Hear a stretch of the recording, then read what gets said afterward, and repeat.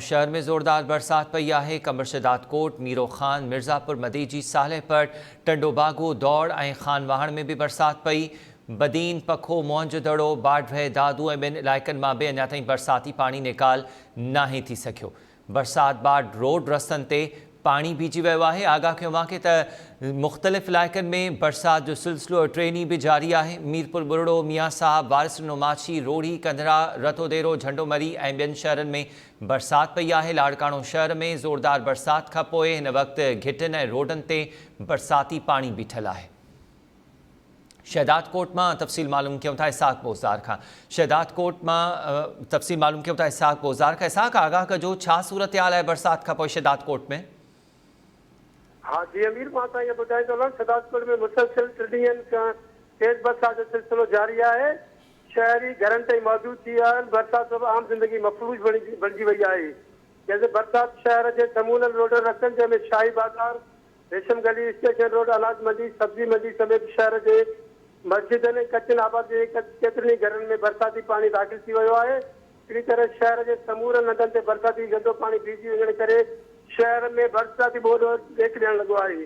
तालका municipal committee के administrator अहमदयार कालो समेत म्यूनिसिपल कमेटी जो अमलो मुकम्मल तौर गायब थी वियो आहे। मस्जिदनि मां शहर जो पानी निकाल करण लाइ पढ़ा ॾेई ऐलान कया था वञनि। उन जे बावजूद बि शहर के रोड रस्तनि मां बरसाती पानी निकाल जो को बि जोॻो बंदोबस्त न कयो आहे। शहर के सियासी समाजी वापारी अॻुवाननि पारां तक जे चूंडियल MLA आफ्ताब शाहबान मीरानी PPMPA नादर मक्की खां पुरज़ोर मुतालबो कंदे घुर कई आहे त शहर के रोड रस्तनि सां बरसाती गंदो पानी निकाल कराए शहरनि के जीअण जो बुनियादी हक़ ॾिनो वञे। उन खां अलावा मां तव्हांखे ॿुधाईंदो हलां त शहर के केतिरनि ई मालनि में कचा जे घटा बरसाती पानी में जेको आहे सो ॾही पिया आहिनि। जॾहिं त जेको अलाह ताला हुयो पानी में जेको आहे बरसाती पानी में घर मां कुझु बि न कढी सघिया आहिनि। घर तणी पंहिंजा जेको पाण खे महफ़ूज़ अंदरि लाइ मुंतक़िल करण लाइ दलपलान करे रहिया आहिनि। जी अमीर इसाक मेहरबानी तफ़सील ॾियण जे लाइ। पखो में भी बरसात पई आहे। तफ़सील मालूम कयो था मोहम्मद रफ़ीक मुंगेरी खां। मोहम्मद रफ़ीक आगाह कजो वधीक।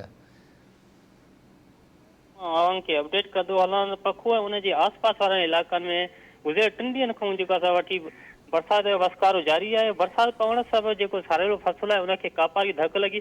बरसात पवण सबबि जेको आम ज़िंदगी आहे उहा मफ़लूज बणिजी आहे। बरसात पवण सबबि जेको बरसाती पाणी आहे उहो नालनि में जेको घिटियुनि में बीहजी वियो आहे। आम ज़िंदगी जेको आहे मफ़लूज बणिजी आहे। जी अमीर मेहरबानी मोहम्मद रफ़ीक तफ़सील ॾियण जे लाइ। पखो ऐं भरपासे में भी शदीद बारिश जो सिलसिलो जारी आहे। मीरो खान, मिर्ज़ापुर, मदेजी, सालेपट, टंडोबागो, दौड़ ऐं खानवाहण में भी बरसात पई आहे। आगाह कयो आहे त अॼु ठठो, सजावल, बदीन, हैदराबाद, मटियारी, नवाबशाह, दादू, नौशेरो फ़िरोज़, लाड़काणो, सखर, शिकारपुर, कश्मोर, कंदकोट ऐं घोटकी में भी वधीक बरसात जी अगकथी कई वई आहे। बदीन मां तफ़सील मालूम कयूं था टाइम न्यूज़ रिपोर्टर शफ़ी जोड़ेजो खां। शफ़ी आगाह कजो बदीन में बरसात खां पोइ रोड रस्ता पाणी हेठि अची वञनि था, छा सूरत हाल आहे?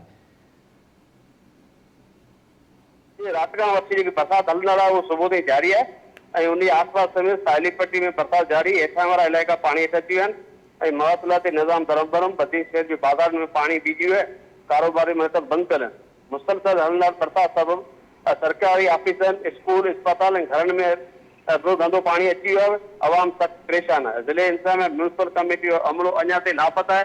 जेको माण्हू जेके आहिनि इन जी सूरत हाल ख़राबु आहे ऐं माण्हुनि में बदीन जे हवाले सां तव्हांखे ॿुधाईंदो त साहिली पट्टी जे माण्हुनि में इंतिहाई ख़ौफ़ वारी सूरत हाल जेको 99 जो तूफ़ान आयो उहे उन जे हवाले सां जेके समुंड में वेरूं चढ़नि पियूं त जेके साहिली पट्टी जा माण्हू उन्हनि में ख़ौफ़ वारी सूरत हाल आहे। लेकिन इंतज़ामिया अञा को बि जेको क़दम न खयो आहे। जी मेहरबानी शफ़ी तफ़सील ॾियण जे लाइ। आगाह कयो पिया आहे त असां जे मुख़्तलिफ़ इलाइक़नि में बरसात जो सिलसिलो वक़फ़े वक़फ़े सां जारी आहे।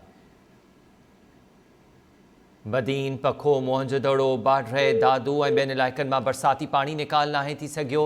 लाड़काणो में रोड रस्ता पाणी में बुॾल आहिनि। इंतिज़ामी नाअहली जेका आहे उहा हिन वक़्तु मुख़्तलिफ़ शहरनि में साम्हूं अचे पई। मकानी इदारनि जो अमलो जेको आहे उहो को कमु कंदे नज़र न पियो अचे। नंढा शहर हिन वक़्तु पाणी में बुॾल आहिनि। बरसात खां पोइ माण्हू ॿिटे अज़ाब में मुब्तला आहिनि। तेज़ बरसात पई आहे सिंध जे मुख़्तलिफ़ इलाइक़नि में ऐं हेठां वारा इलाइक़ा पाणी हेठि अची विया आहिनि। गटर ऐं नालियूं बंदि आहिनि जंहिं सबबि माण्हू गंदे पाणी मां गुज़रण ते मजबूर आहिनि।